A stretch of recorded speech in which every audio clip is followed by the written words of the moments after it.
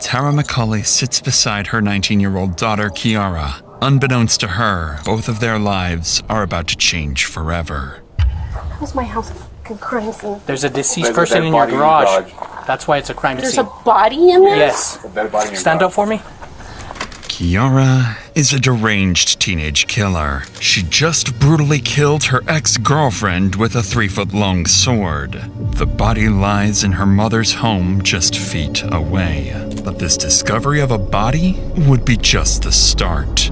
The investigation that followed would reveal a vile teenage couple whose actions left officers, family members, and detectives in utter shock as their horrifying crimes slowly began coming to light. I don't have all the information right now. You can see like slashed on her knee. She's missing a ear. And then there's a big ass sword, and then there's blood stains all over the bed. I walked into the garage. She goes, "Oh, I just did it." Let's walk this way. What the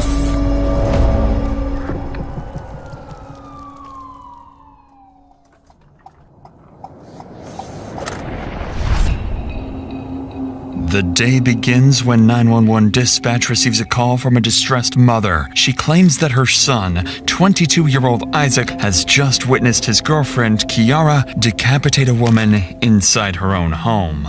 The call is unclear, and officers don't know whether the suspect is still on the scene or if they're planning to take more innocent lives. Within minutes, 5 officers arrive at the scene, prepared for the worst.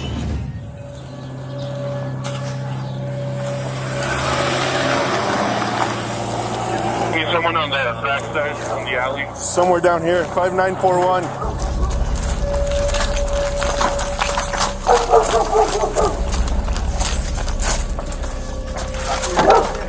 Huh? Move.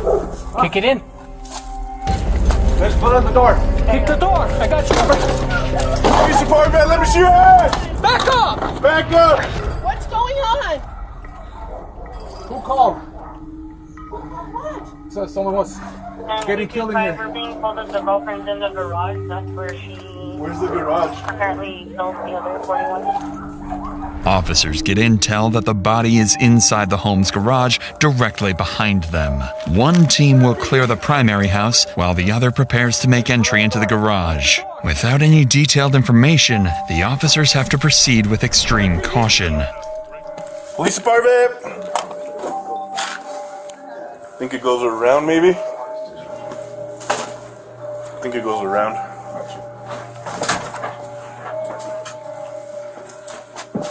How do people live like this? While the officers in the house find nothing of interest, the same can't be said for the team entering the garage. Who's in this garage? My fucking door! Okay, what's with you? Someone just called that someone just got... Step over here. Step over here. Someone just got stabbed. Inside that garage. That here?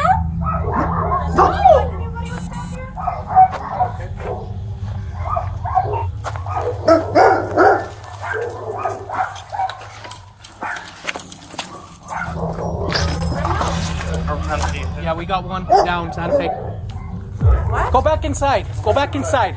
I'm not gonna tell you again. Go back inside. Detain him, detain him. What are you talking about? Santa Fe police, anyone inside? Watch it. Yeah, I can't. Got one down. I can't. Where is he? He's right here by the door. Is there somebody in there? Open that back door. The garage. Can you open the garage from that side? No, it's broken. It's been broken for 10 years. Inside the garage, officers find 21-year-old Grace Jennings dead. She has a deep laceration across her neck and several slashes across her body. Tara McCauley appears completely clueless about what's happening. However, the same can't be said for her daughter Kiara. While officers continue searching the garage, body cam footage captures 19-year-old Kiara frantically explaining to her mother what happened. We have Isaac on the phone. Want to know if you guys need him? I guess he's the boyfriend. Where's he at? I got really pissed off, of course. But why would she be here if he invited her last night? Let me. So I was angry. she stayed the night Yeah. in my house? Yeah, and I'm pissed about it. Grace is not allowed here. She knows that. Who's Isaac's girlfriend? She is. You're Isaac's girlfriend? Yes. Okay. What are you to Isaac? Well, I'm kind of mother-in-law to be. This is your daughter? Yes, this is my daughter. Step out with me real quick. What's your name? Kiara? Grace Jennings is the ex-girlfriend of Kiara. After a violent breakup years prior, she was banned from the property permanently. According to Kiara, her current boyfriend, 22-year-old Isaac, had invited Grace to sleep over the previous night, all without Kiara's permission. She claims this pissed her off, revealing a small glimpse as to what happened on this twisted Thursday morning. Do me a favor. This is his girlfriend. Try for real quick. Oh, can I get some shoes on or something? Not right now. We need 10 at this point, okay? Did you guys have a fight or something? Is there anybody else? Can she sit down so I can put her shoes on her feet? Who else? Is there a female that lives here? Her and Isaac. Negative, sir. Sorry. Negative. And Isaac went for a walk? Yeah. So he was going for a walk in the shower, but they were going to go on a walk. Isaac, in fact, did not go for a walk. Instead, he frantically ran to a friend's workplace after finding Grace's decapitated body, with Kiara reportedly giggling beside it. Clearly, something is very wrong. Worst of all, Kiara's mother, Tara, hasn't even realized there's a dead body in the garage, or that her own daughter is responsible.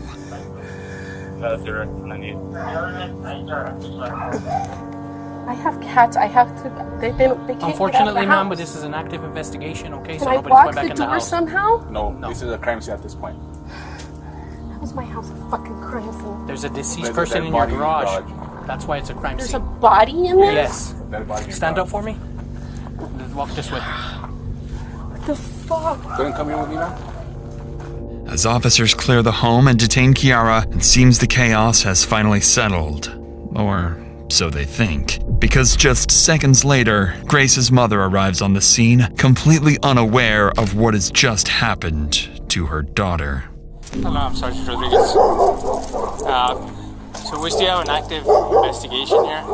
I don't have a lot of the details. Is she okay? Who, Grace! Is she breathing? Living? Is she okay? I'm not sure of that. I don't have all the information right now. We're trying to gather all the information, ma'am. So, like the Sarge said, if you could go back with us to the police department, and then we can give you a little bit more information from there. Who's Gray? Do you have an idea of Gray, or do you have a photo of Gray or anything? Grace. Of Grace? Grace, I'm sorry.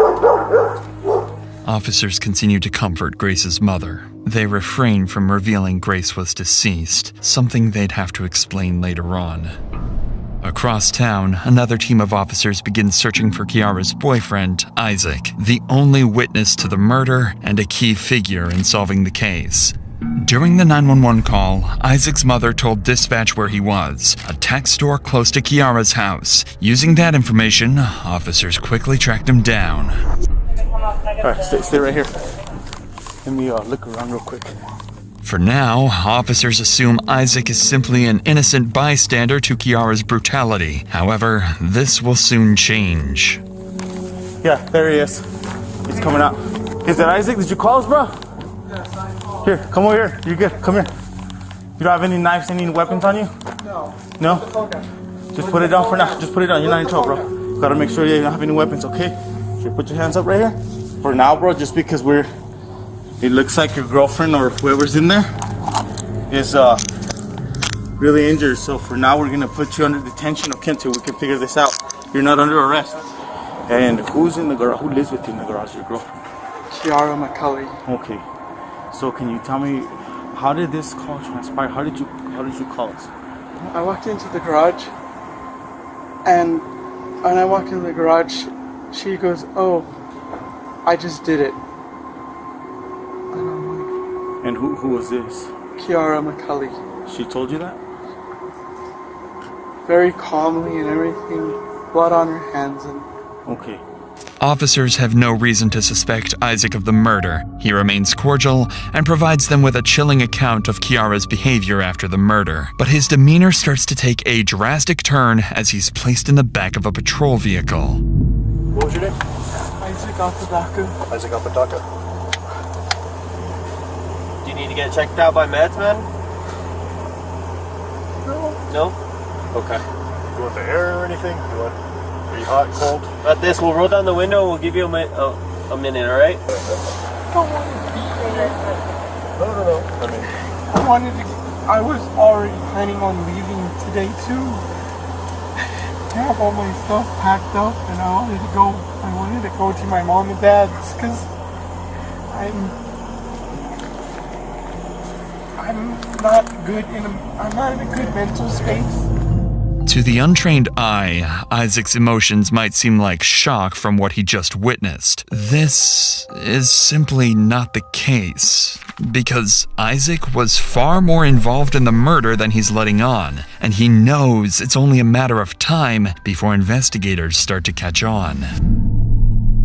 Police end their conversation with Isaac, and both he and Kiara are transported to the Santa Fe County Police Station. With both suspects being successfully detained, detectives will begin their process of individually interrogating Isaac and Kiara. One detective will conduct both interrogations, yet they'd turn out completely different from one another. Kiara's especially takes a dark turn as she delivers answers with a chilling truthfulness. What follows is not simply an interrogation, but one of the most disturbing conversations we've ever covered. Have you ever thought about hurting her or killing her? I thought I could dreams like that. And how would you kill her? Depending on the dream. So there's several dreams. Yes.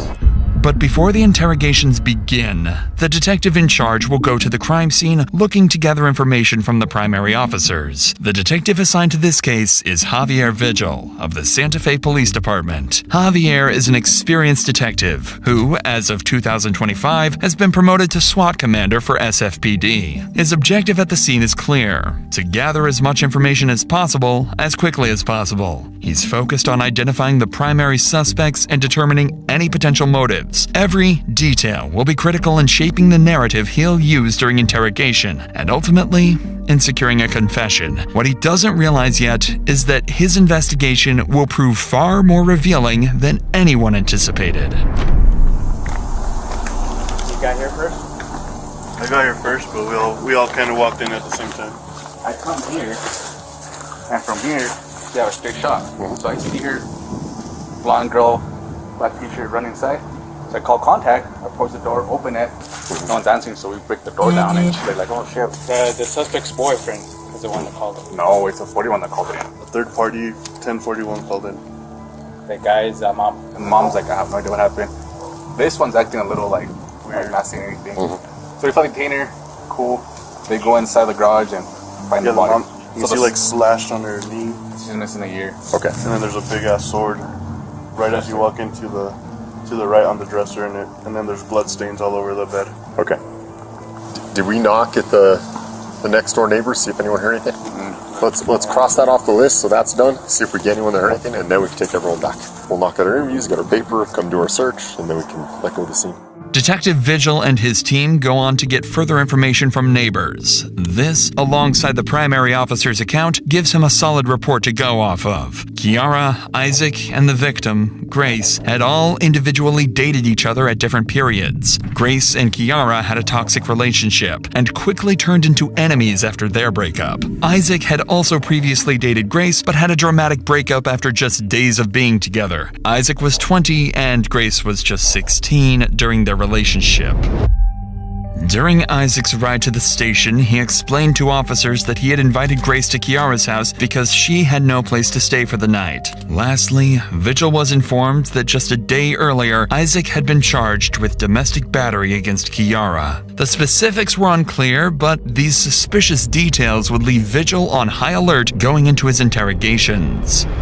But before we continue, it's worth noting that covering stories like this, you realize just how much people are forced to carry. Fear, trauma, even the day-to-day burden of surviving. And sometimes that weight shows up in other ways too, like debt. Do you feel crushed by debt? Those high-interest loans, that mountain of credit card debt, or even the overwhelming medical bills? All the debt that has been keeping you up at night could be gone quicker than you think. Imagine being debt-free, not in 10 years, but in as little as just 2 years. Think about that relief. You can finally feel free. PDS Debt are experts at making this happen. They know precisely how to negotiate with the companies you owe, strategically working to get you a resolution where you owe them significantly less and can be relieved of your debt. They listen to your unique situation to create a personalized plan that works, regardless of your credit score. There's no minimum required to see how they can help you. They tackle credit card debts, personal loans, collections, medical bills, finding the right solution to save you money and get you debt-free faster, putting you back in control. And their results speak for themselves. PDS Debt holds an A+ Better Business Bureau rating, boasts hundreds of 5-star reviews on Google and Trustpilot. That's because they've helped tens of thousands of people break free of debt. Stop living in debt. Get your free assessment and find the best option for you right now at pdsdebt.com/insanity. You're just 30 seconds away from starting to get out of debt. That's pdsdebt.com/insanity. With that said, let's get back to the investigation. Back at the station, Vigil begins his day with Isaac. This is no accident. By questioning him first, the detective hopes to build a foundation of incriminating details, ammunition for the real confrontation still to come. I have no reason to believe you to be a suspect right now or anything like that. We're gonna take the handcuffs off. Is that okay with you? Yes. Okay. Well, just because everything is kind of newer and developing, and like I said, we don't really know fully what's going on, I do want to advise you of your constitutional rights before we talk at all. So, Detective Vigil wastes no time in assuring Isaac he's not a suspect. But that statement is a calculated lie. As we know, Isaac had been charged with domestic battery against Kiara, a violent pattern that Vigil was already aware of. Combined with earlier details, they had every reason to view him as a suspect. Still, their strategy was clear. Avoid confrontation, keep Isaac at ease, and let him talk. So the only thing I ask is for truthfulness. I'm going to be upfront with you. I'm going to be truthful with you. I just ask that you do the same to me in return, okay? Just tell me the truth and tell me everything that happened, all right? Okay. Because it's Lonnie McCauley's house, does she live there or does she live somewhere else? she lives there. Okay. In the main house. And when you say the main house, what do you mean by that? The main house, there's a garage in the backyard that's separated from the main house. It would be... If I gave you a paper and a pen, and draw it out for me, kind of show me where Jaguar Drive is, show me where the house is. The house sits in a quiet neighborhood on Jaguar Drive. Kiara and Isaac live in a makeshift room in the home's outdoor garage, while Kiara's mother stays in the main house. After mapping out the layout and where everything happened, the conversation shifts to the murder itself. This is when Isaac describes the chilling moment he found Grace's lifeless body in the garage. How long have you been living in the garage? A year and a half. Okay, let's bring ourselves to today. And I want you to kind of tell me, in your own memory, what happened from that time all the way to getting here to this interview. So from the time it began would be yesterday. We were all hanging out. Nighttime came around. We started falling asleep. Kelly did not fall asleep. I was talking to Grace, who was in the garage as well. I said, we have to go. She's telling us we need to leave.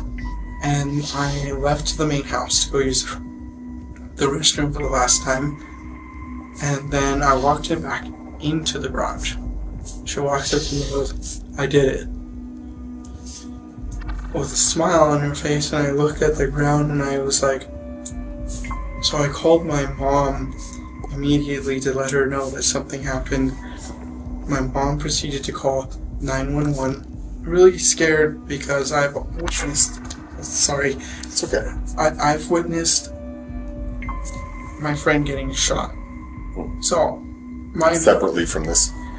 Yes. It was a while back. I was sitting in the back seat. guy walked up, blew his brains out, and landed on me. I have to testify in court, and anything like this gets me super traumatized, and it's a traumatic event. I can imagine. So when I went back in the garage, when I saw her in the ground, on the ground, I couldn't say anything because I was like, this is another one of my friends gone. I keep losing friends left and right. I'm scared right now. After recounting this morning, Isaac would go on to explain why Grace was sleeping at that house. He does not include the fact that the two females were in an ongoing feud, instead pretending they were all cordial friends. Kiara would provide a polar opposite recount in her interrogation. But before Detective Vigil gets to her, he has one final question for Isaac. How did you know that Kiara didn't want you guys there anymore? She woke up, she woke up from what she says she slept, but she was awake the whole time. And she turned over, told me, you guys need to get out. I don't want you guys here. It was really freaking me out, so I was trying to get out. I was in and out of the room, trying to contact my mom to pick me up, to get me out of there. What time did you guys wake up at? What time did you wake up at? I woke up at about 7:50. At what time did Kiara tell you guys had to leave? She told us we had to leave at about 8:30. Okay. And between 8:30 and to the time your mom called 911, kind of what happened in there? But when I packed my stuff, I went inside the house, which was a stupid mistake for me to go in the house, use the bathroom, and then come back and see what I saw. After you peed, you went immediately back to the garage? Yes. So around what time would you say that was at? 11:47. No, I think we got the call a little after 1:30. Yes. Kind of an hour and a half gap there. Was there a long period of time that you and Kiara were trying to figure out what was going to happen? There was a long period of time. It was when I was standing on the side of the garage. Tell me about that. I was hyperventilating, and I made the call to my mom. My mom made the call. I know I should have been the one to call. I feel like I'm going to pass out. Just take some deep breaths. I need a little break, if that's okay with you. I'll use the restroom real quick. Sound good? Sounds good. Alright. Hey, thanks for your time, Isaac. We'll be back in a bit. Throughout his interview, Isaac worked hard to portray himself as a victim, bringing up his past, the friends he's lost, and how deeply this event has traumatized him. He likely believes he's convincing, that he's playing the role well, but what Isaac doesn't realize is how quickly things are about to turn against him. By the time officers come into Kiara's interrogation room to begin the interview, she's already been left alone for more than 3 hours. Plenty of time to think. In that silence, she began forming a plan, not to deny the murder outright, but to find a way to minimize her responsibility. Kiara knows there's no escaping the fact that a murder took place. The body has been found, and all evidence points directly to her. But she's not planning to walk out innocent.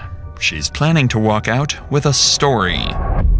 If she can act as though she's mentally unstable, there's a chance she'll be deemed not guilty by reason of insanity. This, in her eyes, is a much less severe outcome, which will get her back to the real world in no time. This is a common misconception. Legal insanity isn't about acting strange after arrest. It's about your mental state at the moment of the crime. Detectives record everything, and criminal psychologists are trained to spot rehearsed behavior and malingering. Even if a judge believes you are genuinely insane, you don't go home. You go to a locked forensic hospital with no fixed release date. If you aren't genuinely crippled by mental illness, the constant observation, enforced medication, and clinical evaluations become their own punishment.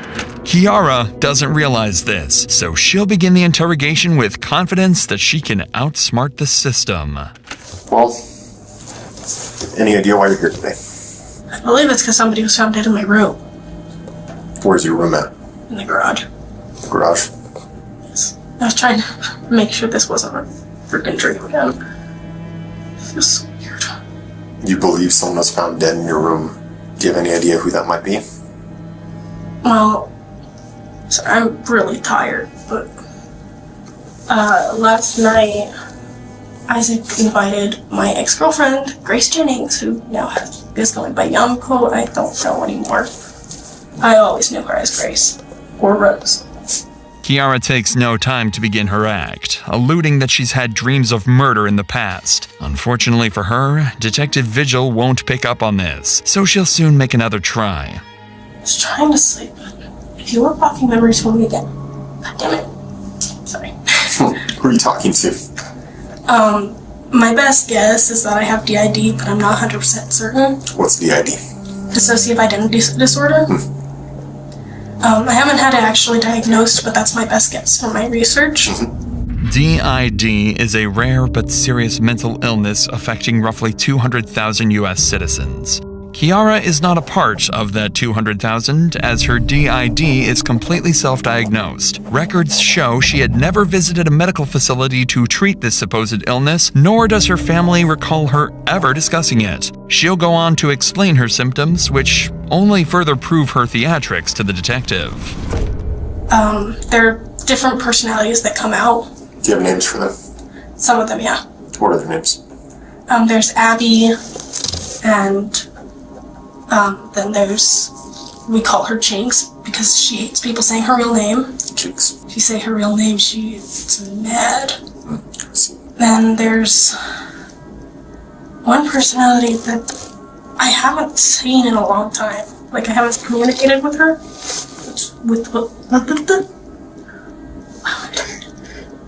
Her name was Jess. Any other personalities? There's the little version of me, which actually responds to my biological name. She responds to Kiara? Yeah. Yeah. What do you mean by that little version? It's like a little kid before bad shit started happening. We reached out to a California-based psychiatric doctor to get his opinions on Kiara's illness. He explained that Kiara showed no evident changes in voice or personality switching during the interview, something that is extremely common with DID patients. Additionally, the descriptions of her different personalities were superficial and lacking in detail, mostly limited to generic labels rather than the rich and textured indistinctions that real DID patients involuntarily manifest. It makes sense why a professional would later deem her mentally fit to stand trial. What kind of bad stuff happened in your life? I've had a bad relationship with my mom. Reason why I never wanted to see Grace, but it pissed me off by bringing her to my house. Is she alive or dead? Grace? Yeah. You don't know? I'm not sure. What do you think? Well, I'm partially hopeful for her to be dead, but I'm also, like, confused. I'm, like... Why would you hope that she's dead? I'm still angry at her, but I also won't have hope that she'd be better, but it's like this frustrating emotion that I can't seem to pinpoint. Tell me about last night. What did you do last night? So, Isaac tells me that Grace is coming over. Without asking me if it's okay. Is it okay if she comes over? It's like, she's coming over. They start talking about phones and Marvel and stuff that I don't really understand as much. I started feeling frustrated because she wasn't listening to me at all. So she stayed in the garage? Yeah. And you slept in the garage, and so did Isaac? While she and Isaac were sleeping, I was just staring at the ceiling and trying to find a comfortable spot where I could actually fall asleep. Yeah. I woke up and sat up around 9 or 10. Woke Isaac up. Next thing I remember is going to go take a shower. You remember there's anything a else? chunk missing. I don't understand. I'm confused. So you have a whole chunk of memory missing? Yeah. But you remember the whole night clearly? I don't remember most of it. It's like a little foggy because I'm like obviously exhausted. Kiara's conveniently timed memory lapse during the hours of Grace's murder strongly suggests she's the one responsible. It almost feels deliberate, as if she's subtly acknowledging her guilt while using the moment to reinforce the idea of her mental instability. She won't come right out and confess, but she'll make it obvious it was her, as long as her supposed illness is in the same sentence. Detective Vigil knows this is nonsense, but instead of challenging her, he leans into it, encouraging her to elaborate and reveal even more inconsistencies. Unaware of this strategy, Kiara walks right into his trap. Tell me about these other personalities. What's Abby like? She's very protective. She takes control when I'm in a very dangerous situation and just says, okay, I'm here now.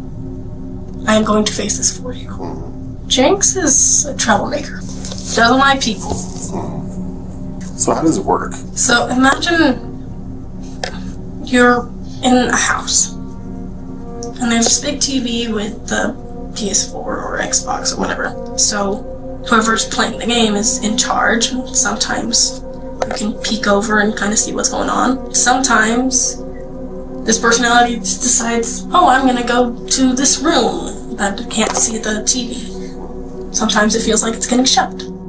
While dissociative episodes are sometimes described using imagery of rooms or houses, her explanation sounds more like something taken from a movie than the words of someone truly experiencing psychological distress. Detective Vigil recognizes this, but sticks to his plan, keeping her talking, gradually letting Kiara back herself into a corner. So who was playing the game last night? I felt like I was in control for a little while, and then it just kept getting really foggy, like I was being thrown in a wall. Damn words. You in control, meaning Froggy, right? That's what I'm talking to now, yes. Froggy. Okay. But before that, you remember everything?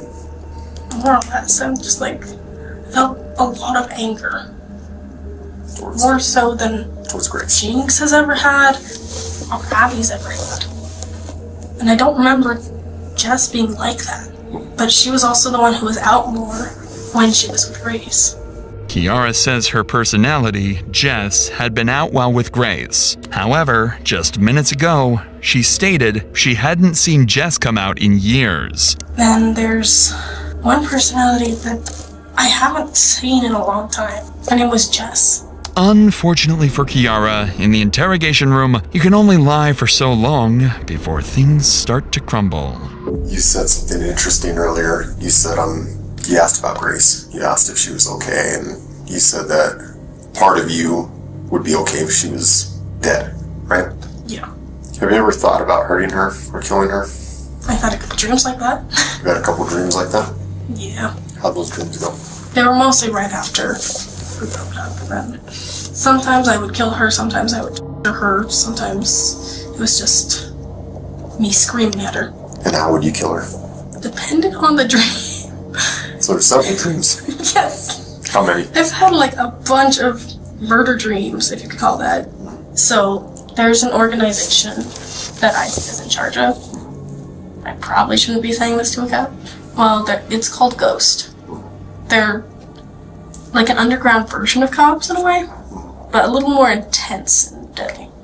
Kiara's explanation of her disturbing dreams shine light on a core variable in her and Isaac's crimes: their idolization of violence. We've had to cut the next small portion of the interrogation out because Kiara discusses detailed dreams so grim they unfortunately wouldn't be allowed on YouTube. This chilling theme can be seen across Kiara's various social media profiles, all of which are still public to this day. Her constant posts showcase a fascination for horror. Even just a day before Grace's murder, Kiara would post several demonic videos to her TikTok. These dark fascinations are things most teenagers outgrow, but for Kiara, they became reality. She speaks of an underground group called Ghost, offering few details beyond its obsession with deadly violence. Whether she mentions it to support her insanity claim or to impress the detective is unclear, but the information is useful to the police. Detective Vigil presses further, hoping to draw out anything she's willing to give. I get rid of people who are words in charge of trafficking, in charge of anything that has to deal with hurting kids. He kept trying to tell me, just do it, and you're gonna just kill her. Then you'll get ranked up. Because he had me join.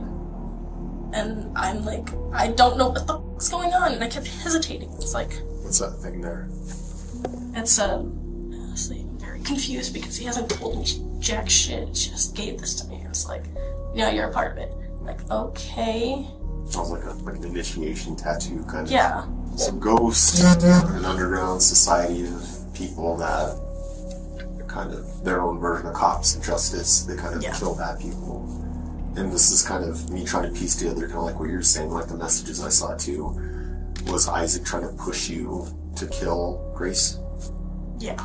I had my dagger in my hand, and I kept going, and then just stopped. Like, I felt a little kid's hand hold me back. Like it was Kiara telling me, don't. The moment Detective Vigil gives Kiara the opportunity to blame Isaac for the murder, she takes it, bringing up details about Isaac's underground organization as well as his repeated pressure for her to kill Grace. And while Kiara has been caught in a web of lies up until this point, her remarks about Isaac would turn out to be nearly completely honest. Detective Vigil has achieved everything he could have wanted from this interrogation, so he decides to end things, leaving Kiara to spend the night in jail. His focus now is on Isaac, and trying to hone in on how implicated he actually was in this murder. So before returning from his break, Vigil and his partner would devise a plan. Police confiscated his phone while being detained earlier that day. Traditionally, to gain access to the phone involves a multi-month process involving warrants and various subpoenas. However, if they can get Isaac to sign a consent form, they can gain access to his phone immediately and observe his reaction in real time as they read his messages. With this plan in mind, Detective Vigil, along with his partner, would return back to Isaac's interrogation room. Hey Isaac, so I have your cell phone. I know our cell phones are very important to us because we have pretty much all our personal information on them and everything. Given that there were kind of messages and stuff, and this is still an active investigation, there is reason to believe that there is potentially evidence on your phone. So one way or another, we are going to have to look at the data on the phone. And it's just a fancy form and a fancy way of saying that you're giving us permission to extract the data from your phone and only look at things pertaining to this case. Yeah, sign right there, please. And the phone password? There's no password. No password. It's just a quick swipe up and that's it. Okay. The plan works surprisingly well. Isaac seems to be completely oblivious of what he just signed. Ironically, this very signature will most likely seal his fate in court, exposing countless deeply disturbing messages with Kiara. Okay, messages. Did you have any messages between you and Grace? But on Instagram. Instagram, okay. Okay, so this is kind of when everything started. Hey, I got kicked out, and she's telling everyone to leave her house. I'm going to head to my fam's place. First of all, who? Second, my mom can only come get me at 3:30. Why is she kicking you out, and does she know I'm here? Wait a minute. I thought you guys all hung out the night before. We did. Grace actually thought she was being snuck into the home without Kiara knowing. Clearly, the two were planning something that Grace was unaware of. Isaac completely freezes as his lies finally begin to catch up to him. You'll notice Isaac go into this panic state often in the next 25 minutes because this is the first of many more blatant lies detectives would find. So, how come she doesn't know she's there? I was very confused and I told her... She's kicking me out because you're here and she knows it. Did she not know she was there? Because that's what it looks like. She knew she was there. Then why is it looking like in these messages? She knew she was there and acting like she didn't know where she was. And that was the part that threw me off, was like, she's kicking us out. Why is she kicking you out and how does she know I'm here? I'm like, we discussed this. Okay. Where are your messages with Kiara? They're going to be in Messenger. Oh, okay. She says she is leaving at 3:30. What would you like me to do? Stab her? I don't know. I don't have the energy to do shit. I am fake and thrown out. You're getting fake thrown out. Yes, that's usually how it happens. I get told to leave, and 5 days later, she asks me to come back. Uh-huh. Unless I ask your mom to give me a ride to Target and you do what is needed. What do you mean you do what is needed? I have no clue. From this on, from beyond here, I don't know what's going on. You don't know what's going on? But these are messages from you? I do have another cell phone. Didn't tell you guys about, but it's still over there at the house. So you didn't send these messages? Or you did? On this, from down on, no. Everything Isaac is saying is a terribly orchestrated act. Moments of clear incrimination like this are often considered the critical moments of an interrogation. It's the point in which every decision the detective makes can be the difference between a complete confession or a failed session with the suspect. Isaac's nervous behavior indicates he knows things are slipping out of control, so Detective Vigil makes the smart decision to give up the nice cop act and start pressing for answers. Isaac, this is getting really weird, man. I have a second phone. You have a second phone? Yes. Where is that phone? That's at the house. Okay. It is logged into the same Facebook account. I don't know, man. These messages look a lot like there's some conspiring going on, some planning going on. From that point where I was telling you from... Even before then, it sounds like you guys are planning something. You're fake getting thrown out and what? I say fake getting thrown out, like I said, was... Do you want to start over? Because I'm really confused with everything that's going on. Like, you're telling me you have two phones now and those other messages aren't you, and it's what you're telling me, your statement isn't lining up with these messages. Isaac's demeanor has shifted drastically from just minutes prior. He knows how poorly things have just gotten for him. Now, I told you at the beginning of this talk that we need to be truthful with this, right? I am being truthful. I do have a secondary phone. And I'm telling you, the messages are not me. They're from Kiara to using my Facebook from me to Kiara, but I can't quite explain how it looks. Kiara to Kiara? Yes. Why would she do that? She's told me that she's wanting to ruin my life. Dagger because it's blunt? What does that mean? She asked me a question in the room, like, what is the difference between the dagger and the sword? Okay. And I messaged dagger because it's... Why is blunt better? She says you say it cuts like butter. She says just gonna stab the throat. Is that what she's trying to say? The thought. Just gonna stab the thought. Yes. Instant or will it take long? What does she mean? Instant. What do we do about the mess? We burn it and I'll buy new blankets and bed? What's going on here, Isaac? She said was gonna stab the thought. And I thought like, like she was poking the thought that was in her head about her dagger. Okay, well, what about the mess? What mess? A poop kind of mess. A poop kind of mess? Can you help this time? Yes. I am just waiting for you to make the first move. What does she mean I'm waiting for you to make the first move? She will wait till sleep.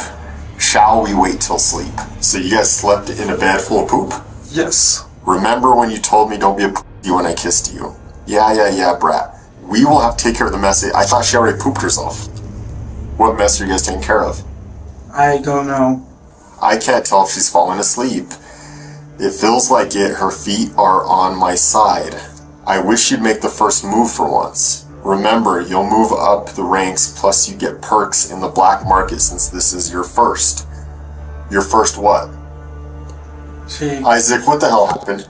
I can see the messages. I'm not dumb. This isn't the first time I've done this. What is happening? She was planning on killing Grace. I just didn't want a part of it. It doesn't seem like you're trying to talk her out of it. I was only sending a message back in agreement as I turned my back towards. This isn't agreement. Remember, you'll move up in ranks, plus you get perks in the black market since this is your first. This sounds like you're encouraging her. Right. The messages are here, dude. I know. I know. Did you help Kiara do this? No. No. But you knew it was going to happen. I knew it was going to happen. You knew it was going to happen. Kiara planned it out. Kiara planned it out. When? How long had this been a plan for? She had planned it out since 2020. Kiara planned to kill Grace since 2020. And then last night, Grace messages you looking for a place to stay. And that's the opportunity for this? I didn't see it as an opportunity. I saw it as an opportunity more like let's squash everything. Then why are you saying you'll make it up the ranks plus your perks in the black market since this is your first? Because you're talking about killing her here, right? What else could this mean? I was trying to talk about something else because I'm trying to get my mind off. Isaac, really? You're trying to talk about something else there? Yes. And I'm not... How do I aim? How do I aim right? Just aim. Well, tell me what you're talking about there. That's Call of Duty. That's Call of Duty. Tell me when. Okay, I'll give a count. 6, 5, I can't yet, dude. 4, I'm shaking, dude. I know, I lose the nervous. Help me drive it through. Help me drive it through. She was asking me to do... To stab her. Yes. Help me drive the dagger through. Grace. Anger me. I'm going to pretend to sleep so it looks non-conspicuous. Tell me about all that. Those are not my messages, because... Help me, just do it. Be ready to grab her or a trash bag. She is your list. Don't tell me this isn't you messaging. I know this is you messaging. Be transparent and tell me what's going on here. She had talked to me and said, so what now? And I was like, this is going to be your first way out if you just leave this alone. You're edging her to do this. Come on, Isaac. Isaac. Look at all these messages, man.